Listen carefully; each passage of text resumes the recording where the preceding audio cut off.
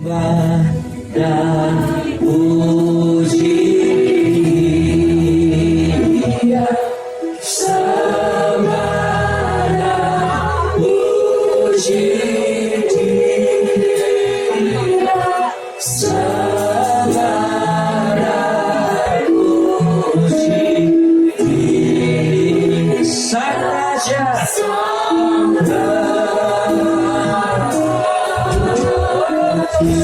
Sembah dan puji, sembah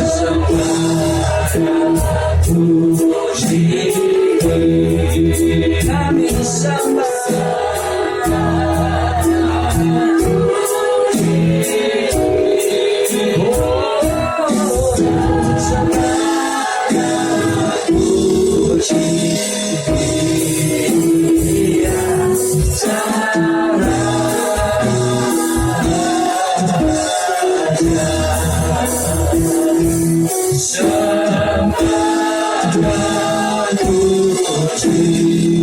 sembah puji Dia,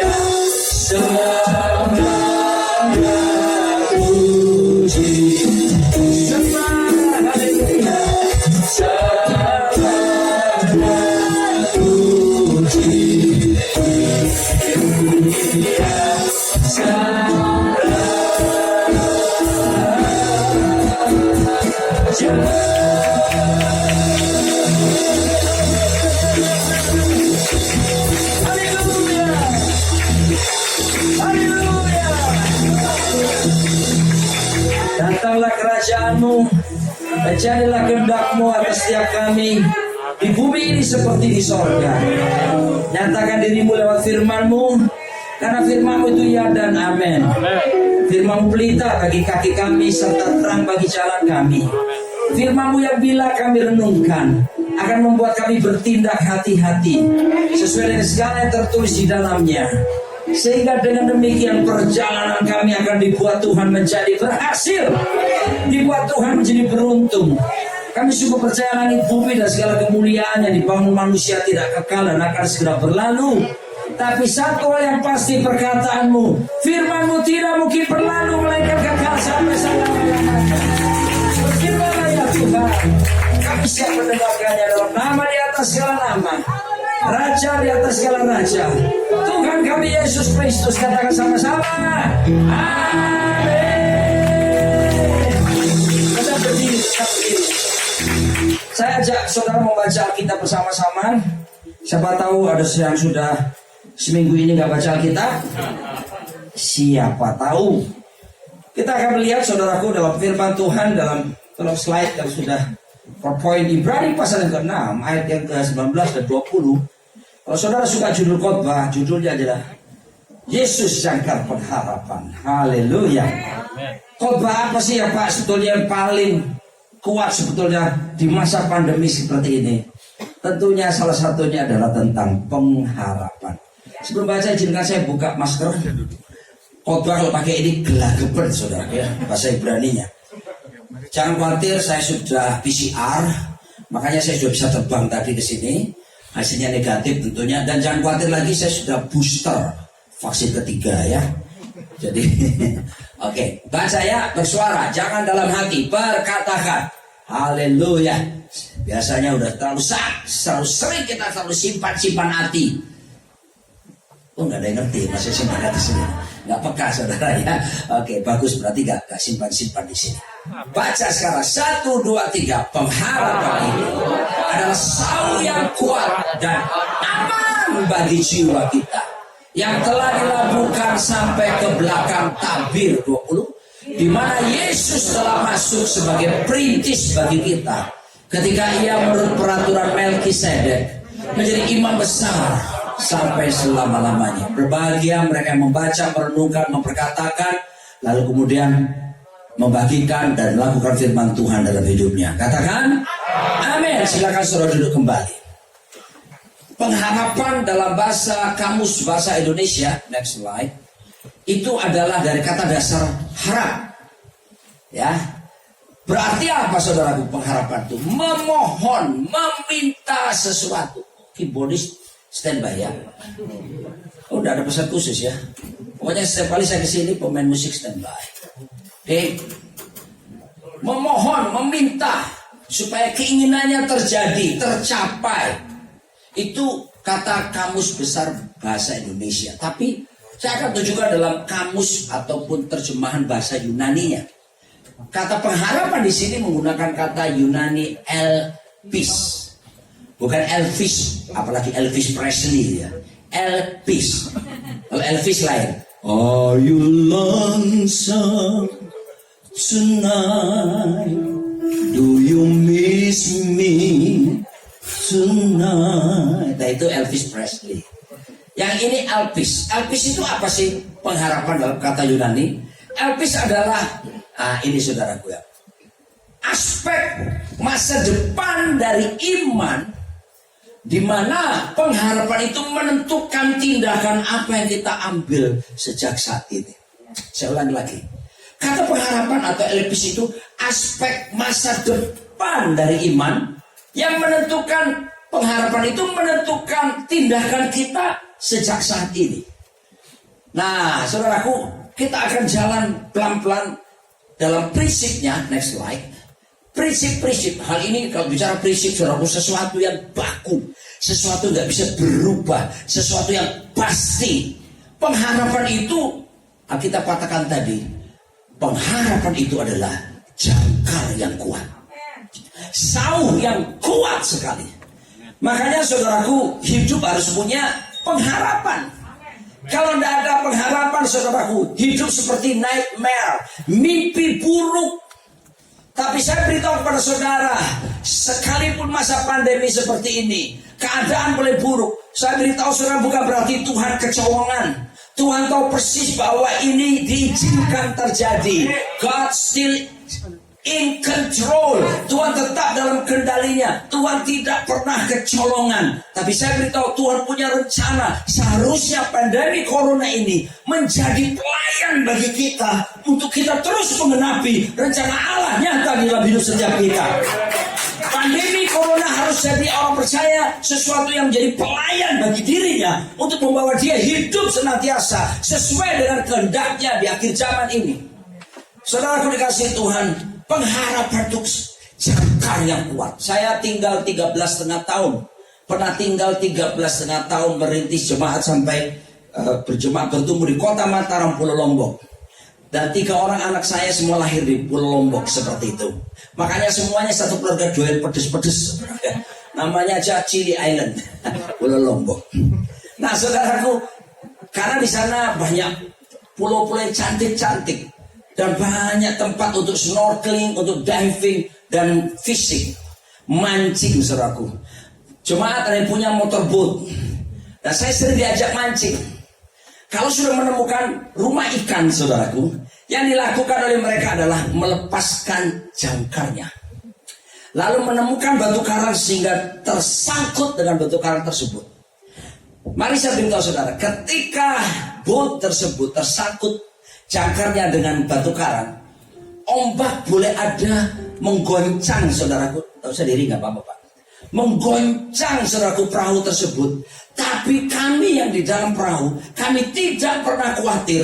Kami tidak akan merasa takut, khawatir kalau nanti terhanyut sampai ke Australia ataupun Samudra Hindia. Karena kami yakin itu sudah, orang Manado bilang tagate, tersangkut, saudaraku. Nah, saudara dikasih Tuhan, dengar saudaraku, kadang-kala gelombang badai kehidupan seringkali Tuhan izinkan terjadi untuk memproses, membentuk kehidupan kita. Tapi saya beritahu, selama kita terhubung dengan batu karang, yaitu Yesus Kristus itu, jangkar itu terhubung lewat pujian, penyembahan, doa kita, perenungan firman. Saya beritahu kepada saudara, janji Tuhan, seharusnya kita orang percaya pun tidak perlu tergoncangkan. Kenapa? Karena ada kerajaan Allah yang diberikan yang tidak tergoncangkan. Ibrani 12 ayat 28 berkata begini, jadi karena kita menerima kerajaan yang tidak tergoncangkan, marilah kita mengucap syukur dan beribadah kepada Allah menurut cara yang berkenan kepadanya dengan hormat dan takut, sebab Allah kita api yang menghanguskan. Dengar saudaraku, Tuhan bilang kita ini telah diberikan kerajaan yang tidak tergoncangkan. Tapi kenapa kita mudah tergoncangkan? big question. Saudara kasih Tuhan, Tuhan kasih kita kerajaan tidak tergoncangkan. Tapi saya banyak ketemu orang percaya, bahkan level hamba Tuhan pun hidupnya tergoncangkan. Kenapa saudaraku? Mari kita temukan jawabannya malam hari ini. Saudara dikasih Tuhan, sejak Anda dan saya menerima Yesus, bertobat menerima Yesus sebagai Tuhan dan Raja saudara dengan baik-baik, maka Raja itu akan masuk dalam hati kita, Yesus Kristus. Setuju kan? Nah, kalau Raja sudah di dalam diri kita, berarti kerajaannya pun bersama kita. Halo, orang bertanya kerajaan Allah ada di mana? Kata kerajaan di sini menggunakan kata Yunani Basileia. Basileia itu kingdom. King itu raja. Domain wilayah teritorial. Jadi kingdom itu apa sih? Pengaruh pemerintahan raja, yaitu Yesus Kristus di dalam kita, di antara kita dan bersama kita. Coba buat angkat tangan kanan saudara. Saya buat definisi praktis sederhana. Kerajaan Allah adalah pengaruh pemerintahan Kristus di dalam kita, di antara kita dan bersama kita. Nonjok, karena kerajaan Allah itu menyerang kuasa kegelapan. Ulangi supaya saudara ingat seumur hidup. Kerajaan Allah adalah pengaruh pemerintahan Kristus di dalam kita, di antara kita dan bersama kita. There is no space for sin. Tidak ada ruang lagi buat dosa. Karena Yesus jadi raja di sini, pengaruhnya di dalam, di antara dan bersama. Kalau orang nggak ngerti konsep ini, dia bisa rohani di dalam gereja, di luar gereja rohana. Di dalam gereja haleluya, di luar gereja halelupa, bahkan halilintar. Kenapa? Karena mereka berpikir Yesus itu cuma untuk urusan rohani di dalam sebuah kotak tempat yang namanya gedung gereja. Mereka lupa bahwa dia raja yang memerintah. Dia berkuasa saudaraku di dalam kita, di antara kita ada bersama kita. Kalau kita mengerti prinsip bahwa kerajaannya ada, raja di dalam diri kita, maka kerajaannya pun memerintah di dalam diri kita. Where is the kingdom of God? Inside of us, di sini. Karena rajanya di sini. Cuy Yesus Henalia, saya di sini. Dia di sini rajanya. Sebab itu kerajaannya di sini. Roma 14 ayat 17 berkata, kerajaan Allah bukan soal makanan, bukan soal minuman. Halo saudaraku, artinya kerajaan Allah melampaui kebutuhan primer saudara. Halo, jangan khawatir apa yang kamu makan, jangan khawatir apa yang kamu minum, jangan khawatir apa yang kamu pakai. Semua dicari bangsa-bangsa yang tidak mengenal aku, kata Tuhan Yesus. Tetapi cari dahulu cari dahulu kerajaan Allah serta kebenarannya. Oh, maka semuanya akan ditambahkan kepadamu. Oh haleluya. Kerajaan Allah bukan soal makanan minuman, tapi soal kebenaran, damai sejahtera dan sukacita oleh Roh Kudus. Dan kita Korintus dikatakan kerajaan Allah bukan terdiri dari kata-kata, tapi dari kuasa. Jadi saya bisa simpulkan secara sederhana, kerajaan Allah adalah kebenaran, damai sejahtera dan sukacita Roh Kudus dan kuasa.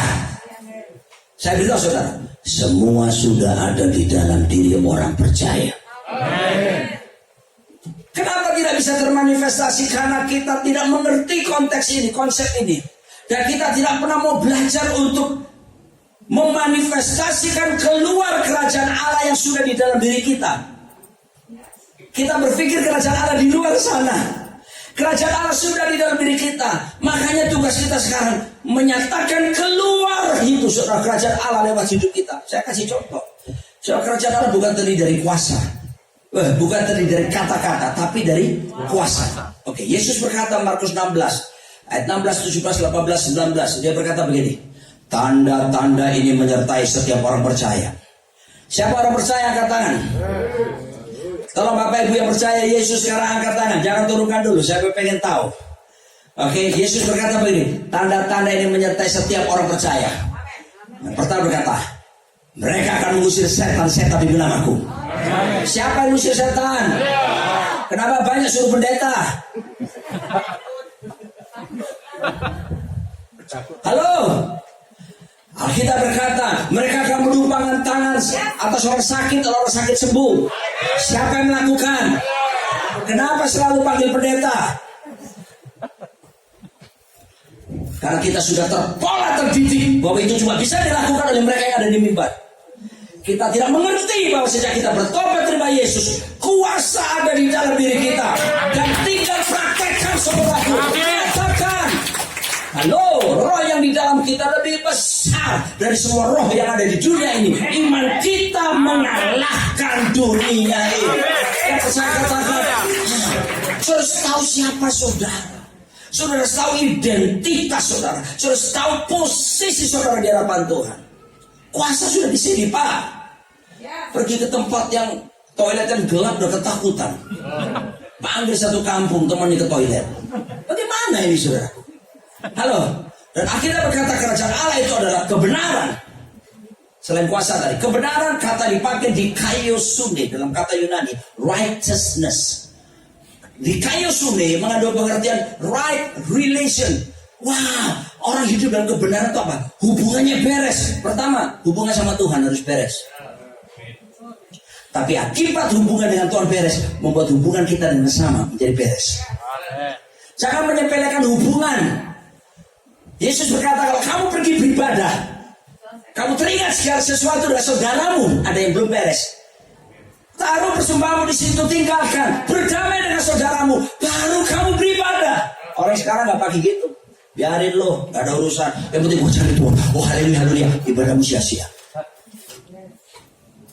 Tenang saudaraku.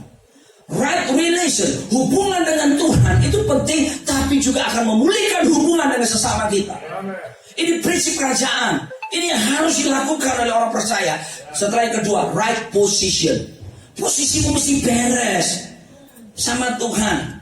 Saudaraku, kalau saya mendarat di kota Surabaya, Pak Simon itu asli Surabaya, ya, itu istri saya orang Surabaya. Begitu mendarat sekali saya minta putar FM 100. Itu suara Surabaya. Gitu. Kenapa saya pengen tahu situasi kota dan Jawa Timur sekitarnya, berita apa yang terbaru. Kalau saya mendarat di Jakarta, driver saya suka putarkan apa? FM 90 radio. Sinta News and Talk gitu saudara. Saya tidak mempromosikan dua radio ini ya. Nah, saya hanya kebetulan seperti itu ya. Tapi saudaraku, kalau kita pasang frekuensi radio tadi yang 90 maupun 100, meleset satu saja frekuensinya. Bunyinya gimana saudaraku? Orang Surabaya bilang pating kemresek. Saya beritahu saudara, kalau posisimu di hadapan Tuhan gak beres, kamu sepertinya di hadapan malaikat pating kemresek. Doamu kedengaran. Ngomong foto. Jaga relasimu, hubunganmu. Jaga posisimu di hadapan Tuhan. Hidup benar, takut sama Tuhan. Jangan kompromi sama dosa. Jaga itu. Saudaraku, itu sudah di sini. Sudah ada kuasa. Tinggal kita yang mempraktekannya, menyatakan keluar. Amen. Bukan outside in, tapi prinsipnya inside out. Yang kedua, kebenaran, damai sejahtera. Kata damai sejahtera, kata Yunani pakai Irene.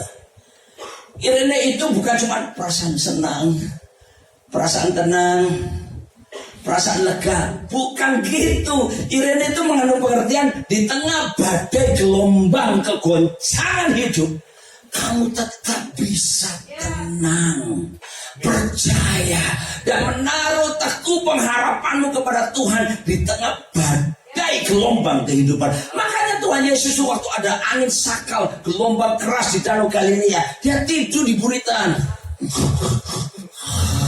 Gak ditulis Alkitab Moro, saya tambah sendiri. Tapi Tapi dia tidur nyenyak. Kenapa? Bingan. Hanya. Kalau ada ketenangan. Halo saudaraku, itu sudah ada di sini sebetulnya. Kita yang kurang mengaktifkannya, kita kurang mewujudkannya, kita kurang mempercayainya. Yang ketiga, sukacita oleh Roh Kudus. Aduh, sukacita. Oh, saudaraku dikasih Tuhan, sukacita itu pilihan. Sudah di sini. Sekarang pilihan kita mempraktekannya. Banyak orang gak ngerti ini. Mereka berharap apa? Nanti pelawak datang, cak lontong. Ketawa. Sri Mulat datang. Ketawa. Bukan itu. Yesus bertanya, kalau kamu di dalam aku di dalam kamu. Yesus berkata begini, dari dalam hatimu akan mengalir aliran-aliran air kehidupan. Di situ termasuk mengalir sukacita. Oke, saya kasih ilustrasi bahwa sukacita itu pilihan. Di tangan kiri saya berlian sebesar ini. Berlian, ibu-ibu bisa bayangkan ya. Berlian segede gini. Berapa miliar ini. Oke, di tangan kanan saya coklat dari Belgia. Saya datang ke anak sekolah minggu, Rocky. Oke, kunci G. Adik-adik, oke, anak sekolah minggu, adik negara, atur orang tua, tapi Tuhan, itulah tandanya, anaknya manis, nanti masuk surga, terima upahnya. Adik-adik mau pilih, jadi adik-adik ya, jadi anak-anak ya, mau pilih berlian atau coklat?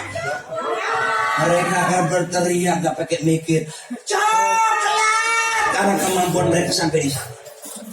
Dan pulanglah mereka dengan coklat. Tapi kalau saya datang kepada saudara yang aslinya sekarang, orang dewasa seperti saudara, saya memberikan pilihan. Bapak yang dikasih Tuhan, dan adik-adik lagi. Di hadapan saya ada berlian dan coklat.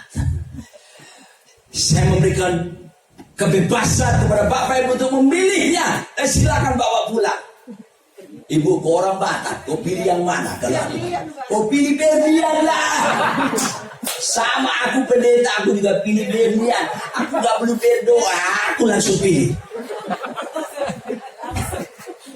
Mari saya beritahu saudara dikasih Tuhan. Demikian sukacita. Itu pilihan. Pilih itu hidup dalam sukacita. Ada Roh Kudus, sukacita. Itu tinggal dikeluarkan dalam diri kita. Sudah ada Pak di sini. Biarkan kebenaran ini merubah mindset saudara. Seperti kuasa tadi sudah ada.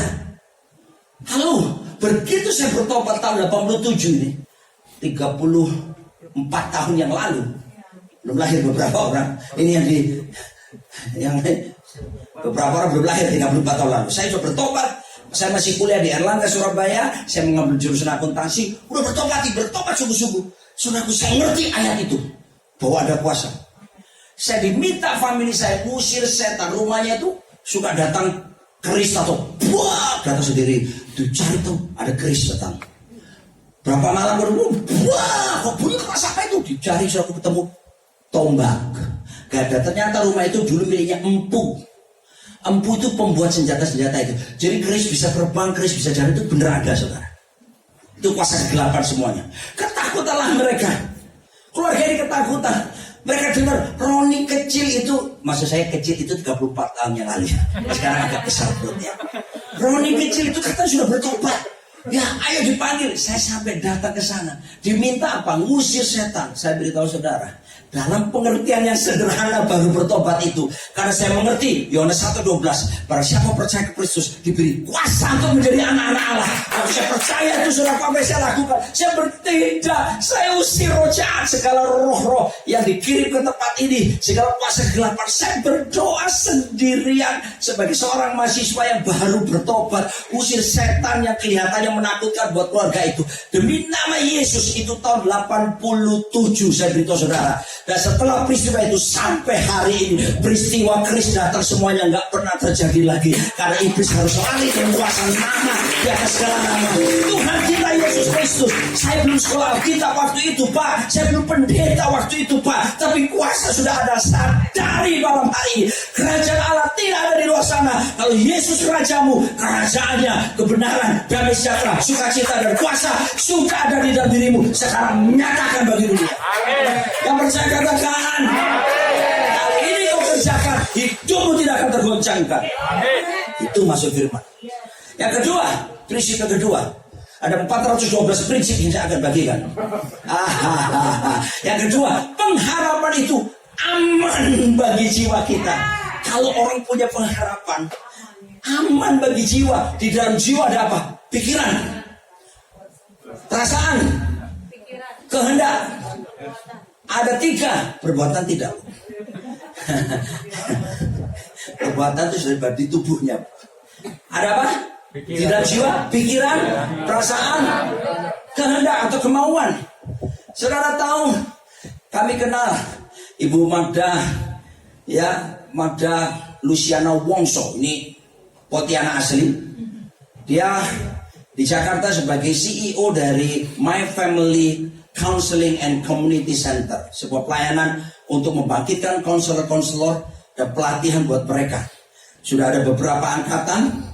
Dan saudaraku, Ibu Magda tahu persis bagaimana kami mendengar kabar dari dokter, termasuk dokter hebat yang sering masuk televisi, dokter ahli jiwa, Dokter Lahargo Sembiring.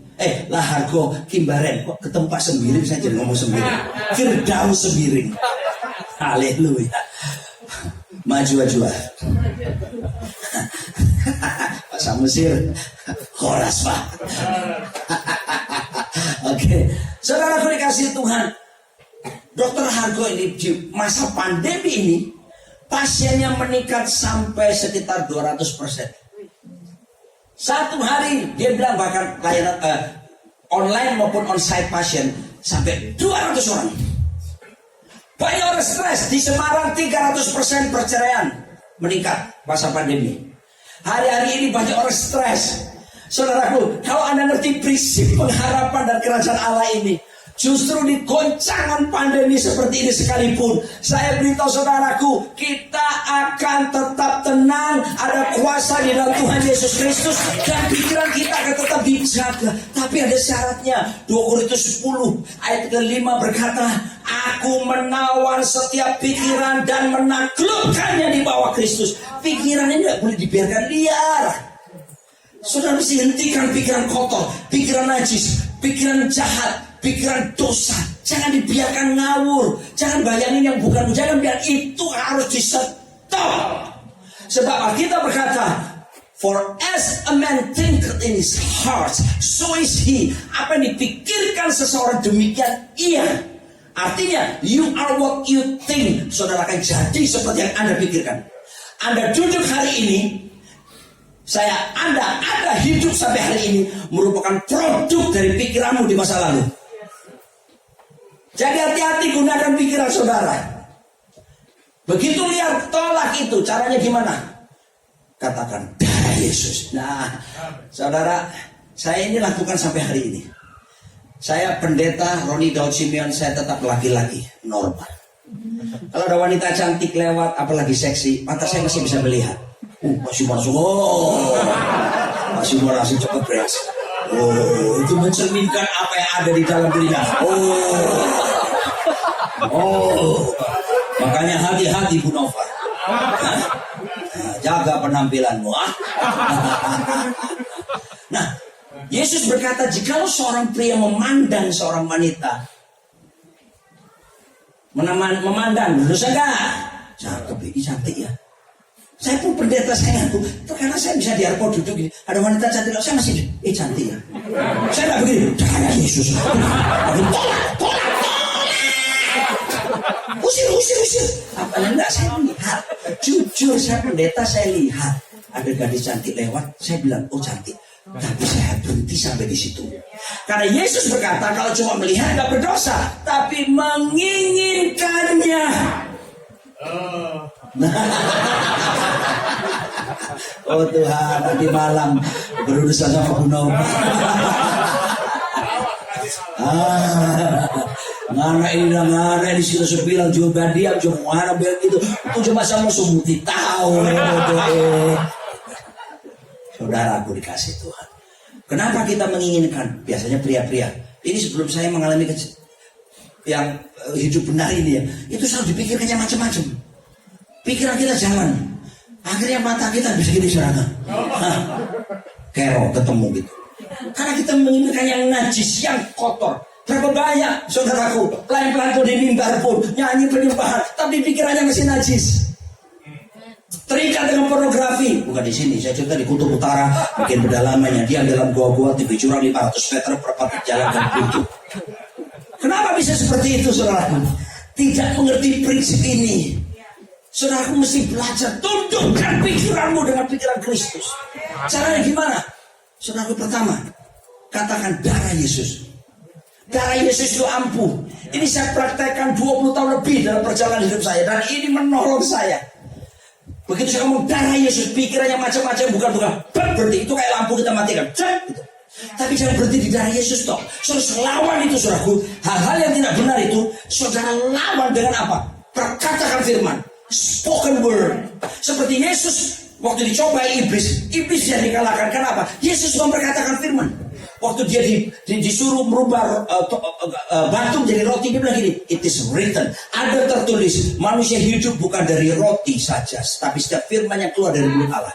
Waktu dia dibawa ke bumbungan bait Allah, disuruh terjun, saudaraku, karena dibilang sama iblis, nanti malaikat menantang engkau. Yesus bilang, jangan mencobai Tuhan Allahmu. Itu semua kebenaran firman Tuhan. Lalu kemudian dia dibawa ke tempat gunung yang tinggi, dan iblis berkata, ini saya tunjukkan kemuliaan dunia, kekayaan dunia, saya akan berikan semuanya itu kalau kamu sujud menyembah aku. Apa kata Yesus? It is written, ada tertulis bahwa hanya kepada Tuhan kamu menyembah dan melayani.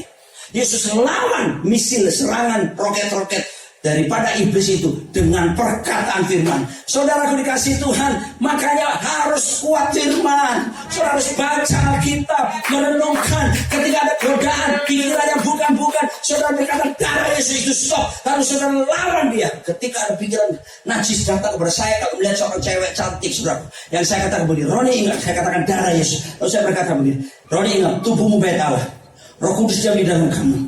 Roni ingat, matamu pelita tubuhmu. Kalau matamu terang, terang matamu. Kalau matamu gelap, gelap seluruh tubuhmu. Roni ingat, semua yang benar, semua yang mulia, semua yang manis, semua yang suci, semua yang adil, semua yang sedap mendengar, semua disebut kebajikan dan patut dipuji. Pikirkanlah semuanya itu. Ketika saya perkatakan itu, serangan si jahat lewat pikiran, bam, berhenti. Sebab peperangan rohani terbesar di dalam alam pikiran kita. Ayo belajar sekarang. Latihan. Dilatih Pak.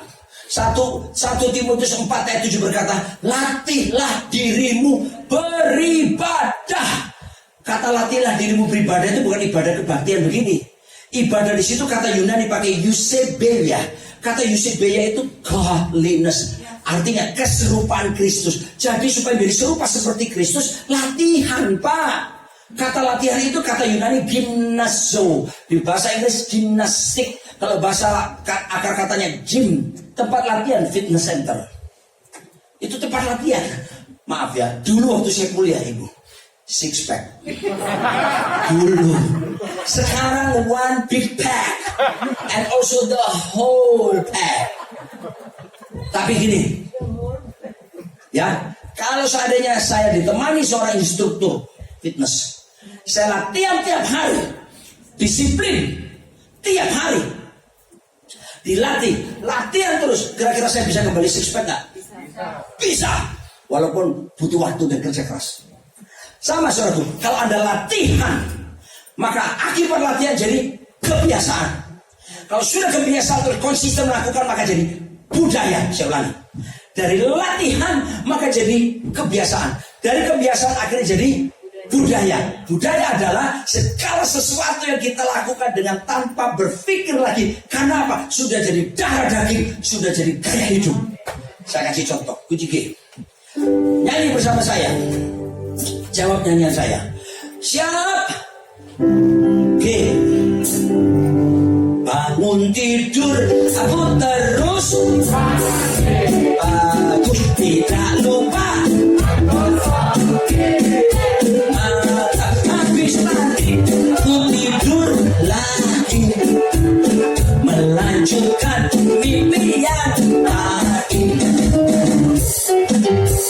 Saudara, 2 kalimat terakhir jangan dipercaya. Tapi bangun tidur semua kita sejak kecil dilatih papa mama kita masing-masing. Habis bangun tidur kita disuruh sikat gigi waktu awal.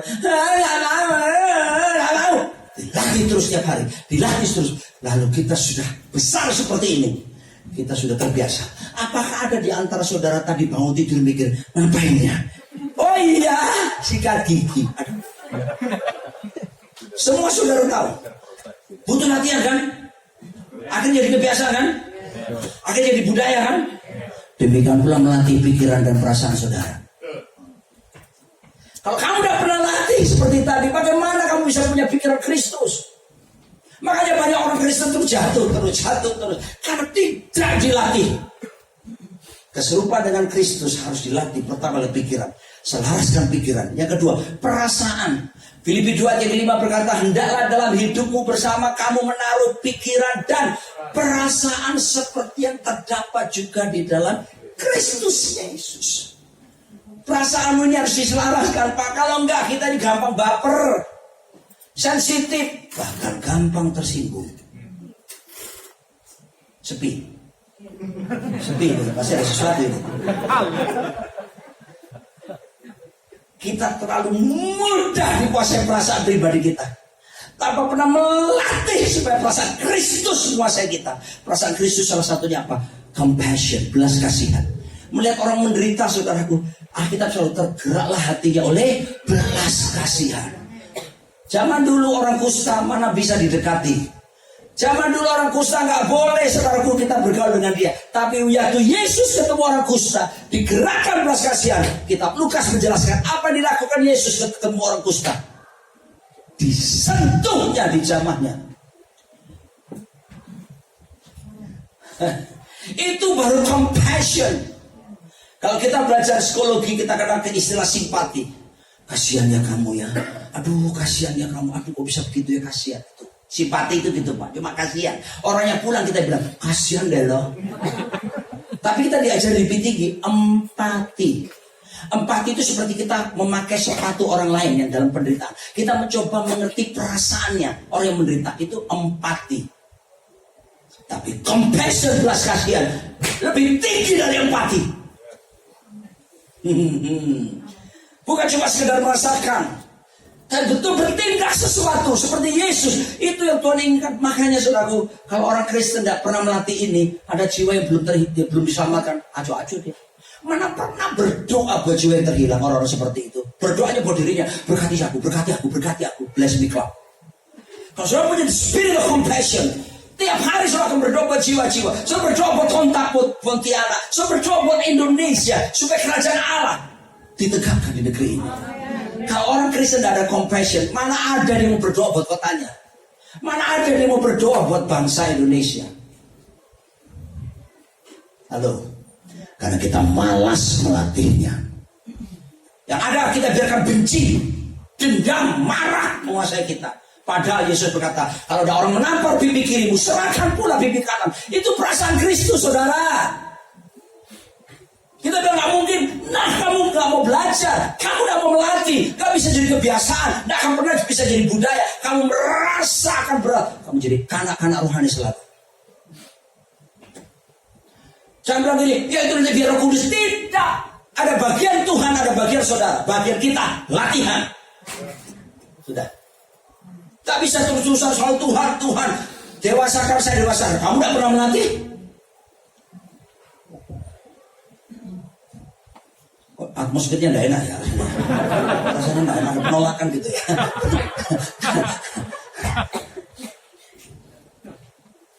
Kita tidak akan membiarkan kebencian, dendam, marah menguasai kita.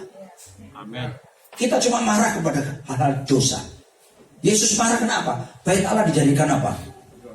Tempat berjualan. Dia marah untuk situasi-situasi seperti itu. Tapi Bu, setelah itu dia selesai. Nggak pernah dibilang Alkitab gini. Pulang dari bait Allah, Yesus mendekati Yesus dan berkata, "Guru, kenapa kamu diam kau?"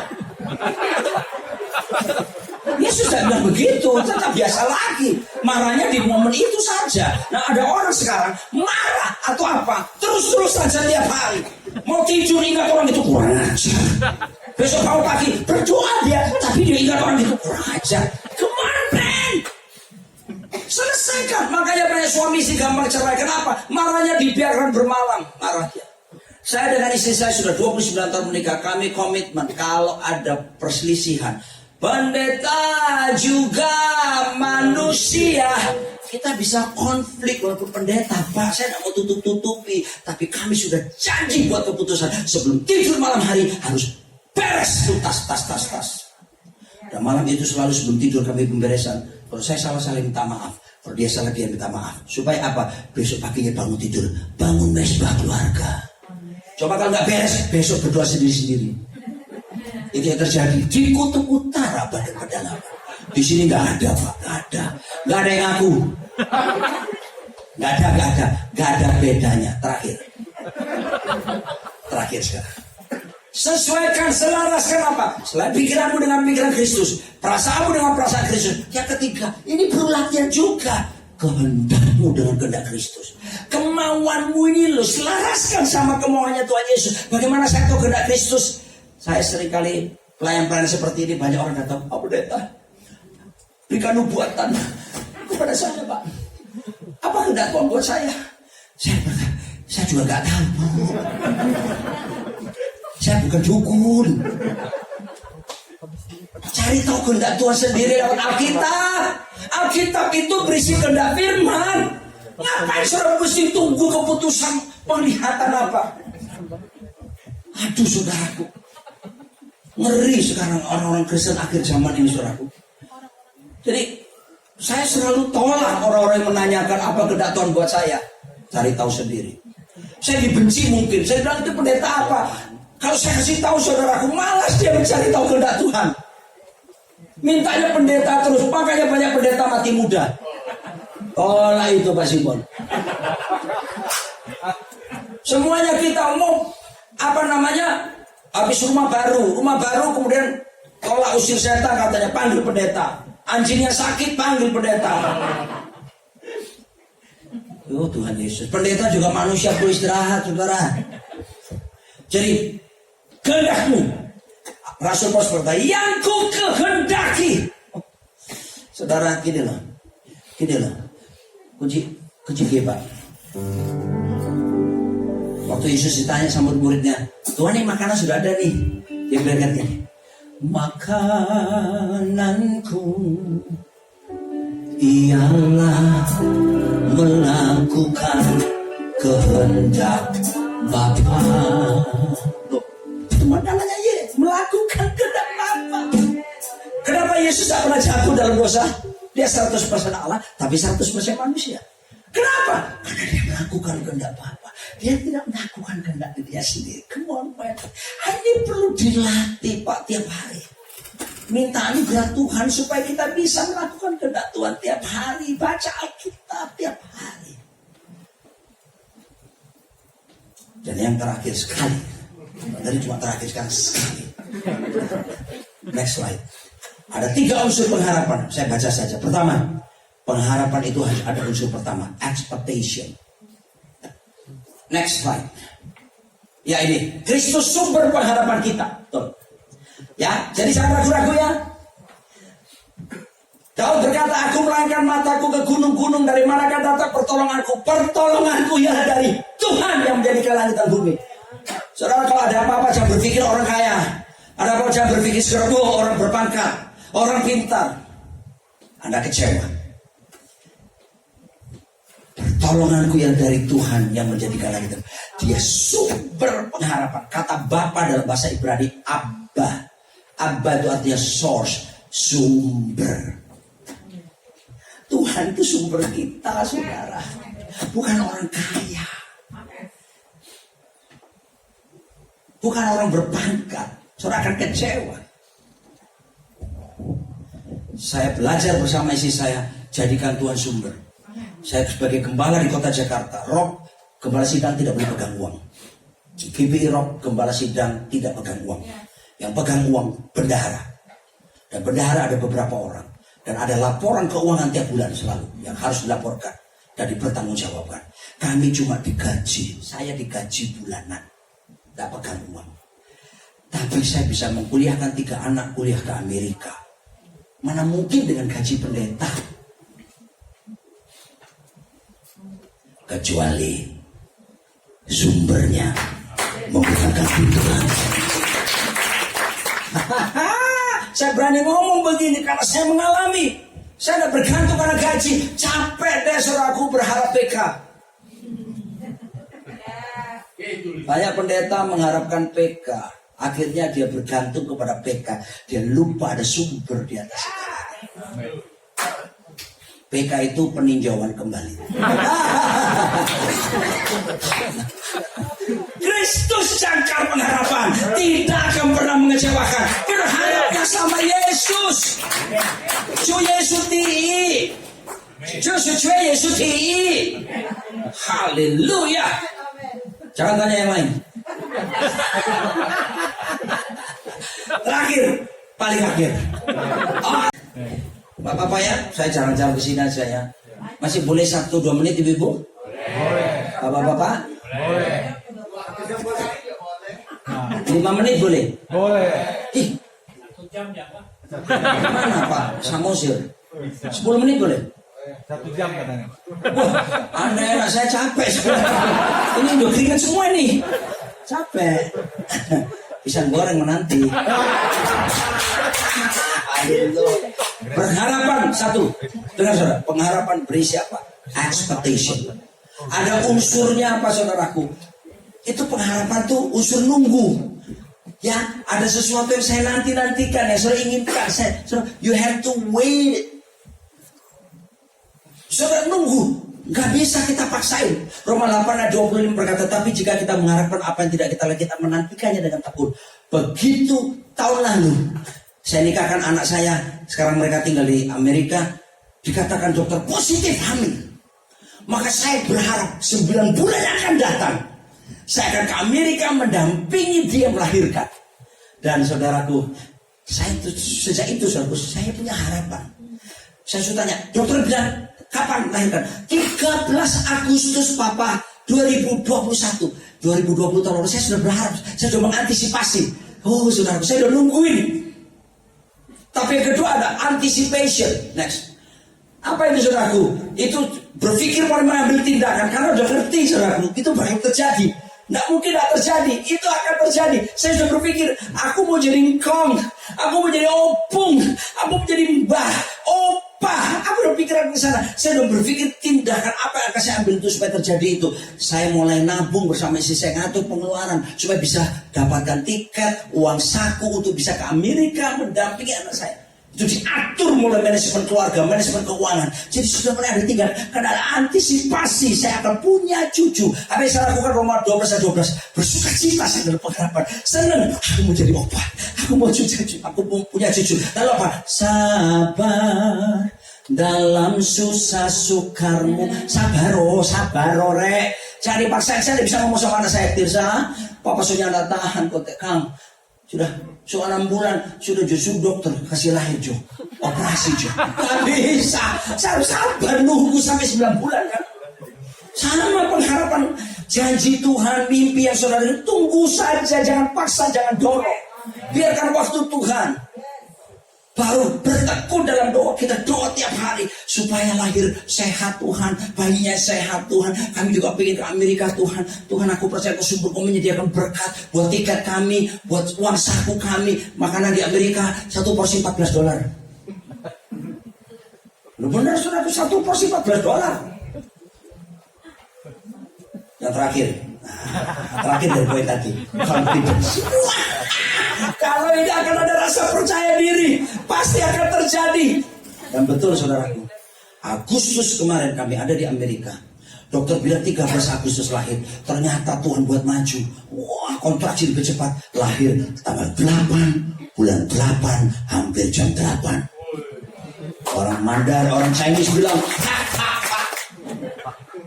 wah, haleluya. Saya tidak percaya tentang angka-angka, tapi yang jelas bagaimanapun tanggalnya ada dalam hidup keberuntungan di dalam Tuhan Yesus. Jadi ada antisipasi dan saya percaya diri. Saudaraku, mari kita bangkit berdiri bersama-sama. Saya sudah selesai. Nah, tapi ininya belum selesai. Next lagi. Baca aja. Apa kata Alkitab tentang pengharapan? Roma 15 ayat 4. Sebab segala sesuatu yang ditulis dahulu telah ditulis untuk menjadi pelajaran bagi kita supaya kita teguh berpegang pada pengharapan oleh ketekunan dan penghiburan dari kitab suci. Jadi dengar saudara, kitab suci membuat teguh pengharapan. Jadi bacalah kitab suci. Pendeta-pendeta, hamba-hamba Tuhan di sini yang saya hormati, jangan baca Alkitab hanya karena menyiapkan khotbah. Setuju.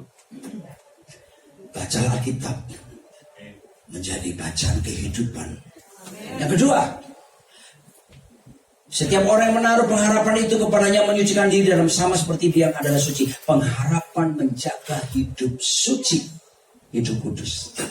Karena kita berharap itu akan terjadi sesuai dengan waktu Tuhan. Jadi kita jaga, nunggu sehingga kita nggak mau kompromi dengan dunia. Sudah terjadi sesuai rencana Tuhan. Dan yang terakhir, 1 Korintus 9 ayat 10. Pengharapan itu, mari saya beritahu saudara, ada pengharapan, ada berkat di dalam pengharapan.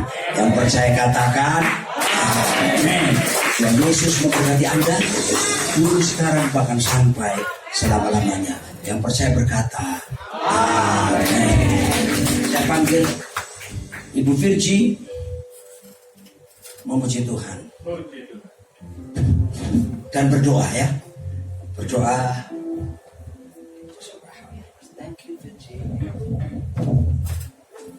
Sekali lagi kita kasih kemuliaan buat Tuhan Yesus Kristus. Kita berdoa. Terima kasih Tuhan buat firman yang sudah kami dengar pada malam hari ini. Firman-Mu tidak pernah kembali dengan sia-sia, tetapi firman-Mu akan melaksanakan apa yang Engkau perintahkan dan berhasil dalam segala sesuatu yang Kau perintahkan Tuhan.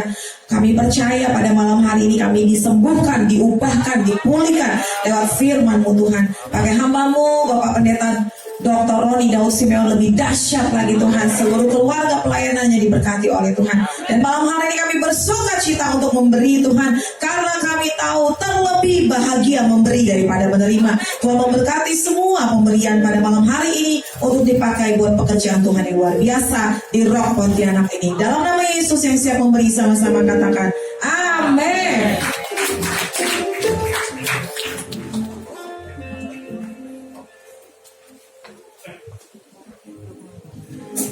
Silakan duduk Bapak Ibu jemaat yang dikasihi Tuhan.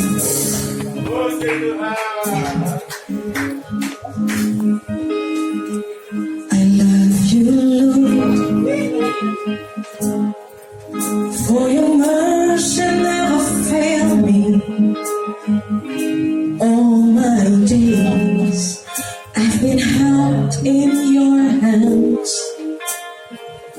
From the moment that I wake up until I lay my head, oh, I have seen of the goodness of God.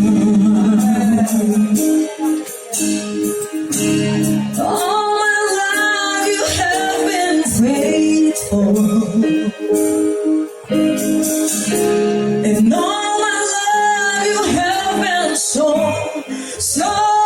good.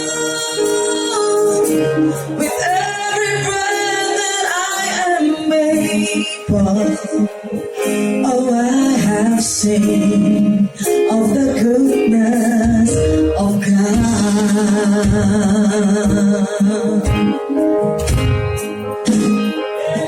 I love your voice.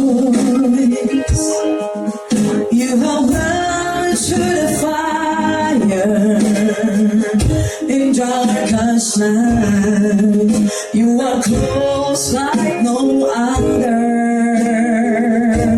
I've known you as a father, I've known you as a friend. Oh, I have lived in the goodness of God. In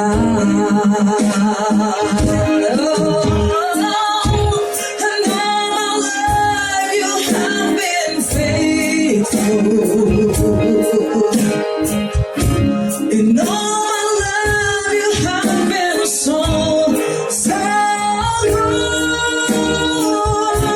With every breath that I am able, oh, I have seen of the goodness of God.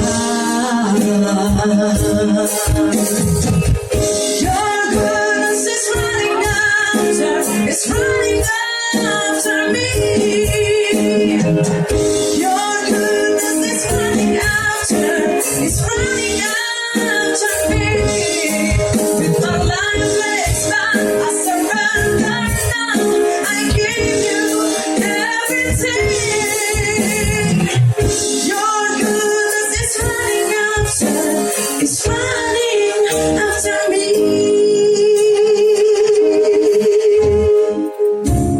In all my life, you have been faithful. In all my life, you have been so, so good. With every breath that I am able, oh, I have seen of the goodness of God.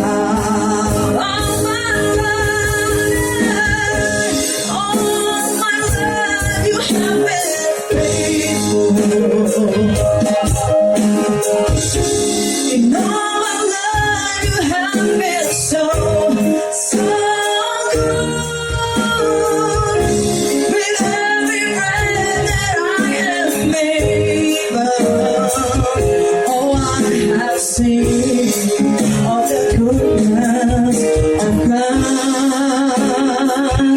Oh, I have seen of the goodness of God.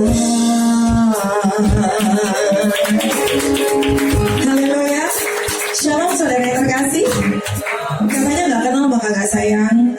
Saya bersyukur hari ini boleh bersama-sama dengan Pendeta Simon dan juga Kak Nova. Sungguh Tuhan baik untuk Roh Pontianak. Saya mengucapkan selamat untuk semua jemaat di sini, juga untuk Pastor Simon dan Nova. Kita semua sama-sama berbahagia. Nama saya Virgi Hutauruk, Pendeta Virgi Hutauruk. Saya menggembalakan jemaat Tuhan cabang Jabodetabek di Depok. Tahun ini 19 tahun sudah saya melayani Tuhan. Saya memiliki suami, Fransa Mosir, dan 3 orang anak, laki-laki, pria, cowok. Wah, laki-laki semua. Yang paling besar sudah kuliah di Universitas Indonesia, umurnya 18 tahun. Tahun kedua, lalu yang kedua SMP kelas 3 dan SMP kelas 2. Semua karena kasih karunia Tuhan. Dulu aku public relation, lalu sakit, hampir mati, akhirnya jadi hamba Tuhan. Haleluya.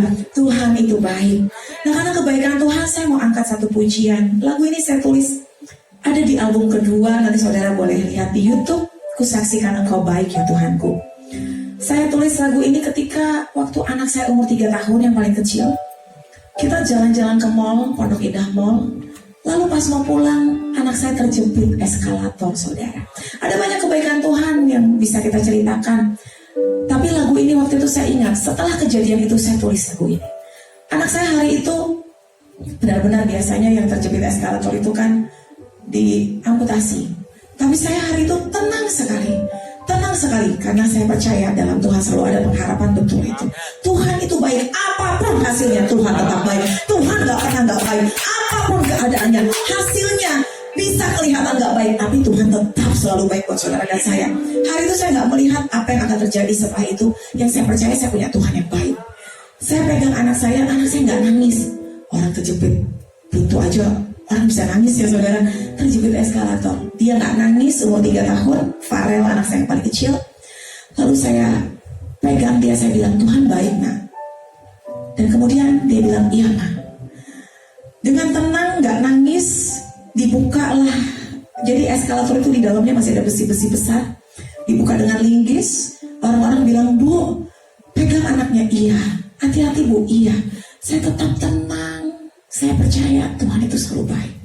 Saya peluk dan ketika dibuka beberapa setengah jam kemudian saya angkat kaki anak saya, benar saudara, merah darahku, putih tulangku. Jadi tulangnya itu sudah terlihat, sudah berantakan itu sebenarnya dagingnya, kulitnya. Tangan saya juga kena darah. Orang-orang nanya, ini mamanya, ini anak kandung apa bukan? Kok mamanya nggak pingsan gitu? Saya tetap tenang. Saya pegang anak saya bawa ke rumah sakit Pondok Indah. Saya bilang, Tuhan, Engkau baik. Sampai di sana dokter akan operasi dan kemudian dokter bilang begini, 5 saraf putus. Kemungkinan tidak bisa jinjit, bisa tetap biasa napak tapi nggak jinjit dan lain-lain. Saya bilang, Tuhan, dokter, Tuhan yang menentukan hidup saya. Hidup saya dan anak saya itu apa kata Tuhan, bukan apa kata manusia. Dokternya juga diam saudara. Oh gitu ya Bu, iya. Saya percaya Tuhan saya luar biasa baik. Apapun yang terjadi Tuhan tetap baik. Dan akhirnya 1 jam operasi. Setelah operasi besoknya saudara, jangankan jinjit, loncat-loncat, lari-lari. Tuhan itu benar tepuk tangan. Jadi setelah itu lagu ini ada dalam hati saya. Saya percaya semua lagu yang Tuhan taruh dalam hati saya itu bukan saya ciptakan ngarang-ngarang, bukan ngarang-ngarang, tapi Tuhan taruh menjadi rema, menjadi berkat buat kita semua. Kusaksikan Engkau baik ya Tuhan. Terima kasih Tuhan.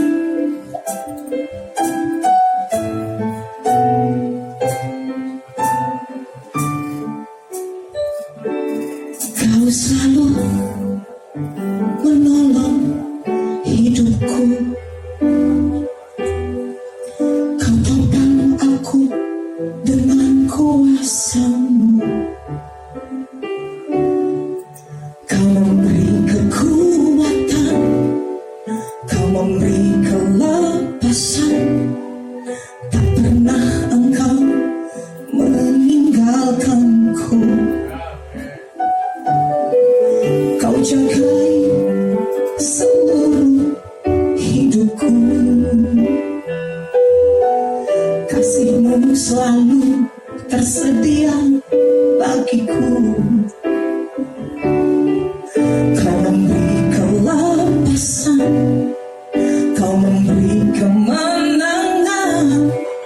Ku tahu ku aman dalam tangan-Mu. Ku saksikan Engkau baik ya Tuhanku. Ku saksikan Engkau dahsyat di hidupku. Ku banggakan perbuatan-Mu ajaib di segala jalanku.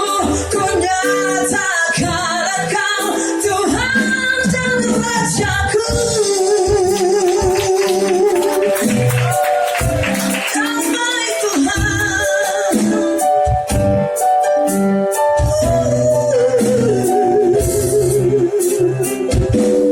Kau selalu menolong hidupku.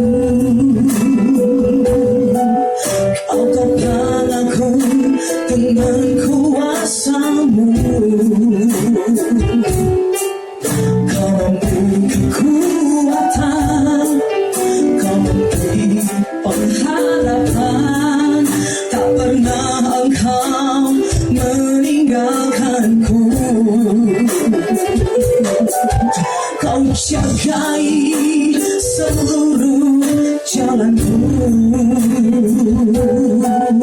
Kasih-Mu selalu tersedia bagiku.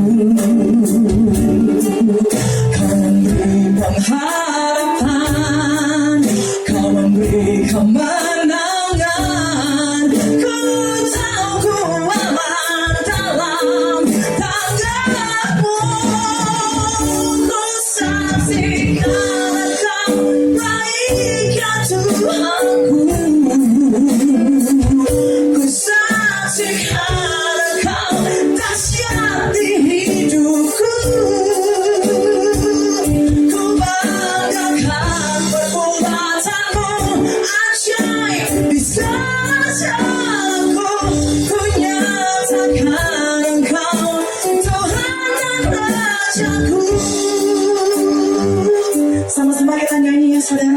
Ku saksikan engkau baik, ku saksikan. Amin. Amin. Engkau baik buat setiap kami Tuhan. Ku saksikan engkau dahsyat. Yes. Ku banggakan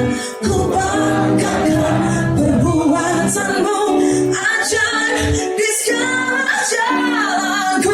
Ku nyatakan engkau Tuhan dan Rajaku. Ku berlindung dan asih Maha Tuhan. Ku berlindung sudah menasami Tuhan. Puji doa sudah dengan pasang di segala kaki. Puji oh Yesus Tuhan Rajaku. Ku saksikan engkau terlalu baik Tuhanku. Ku saksikan engkau dahsyat di hidupku. Ku banggakan perbuatanmu ajaib di segala jalanku. Ku nyatakan engkau Tuhan dan Rajaku. Ku nyatakan engkau Tuhan dan Rajaku.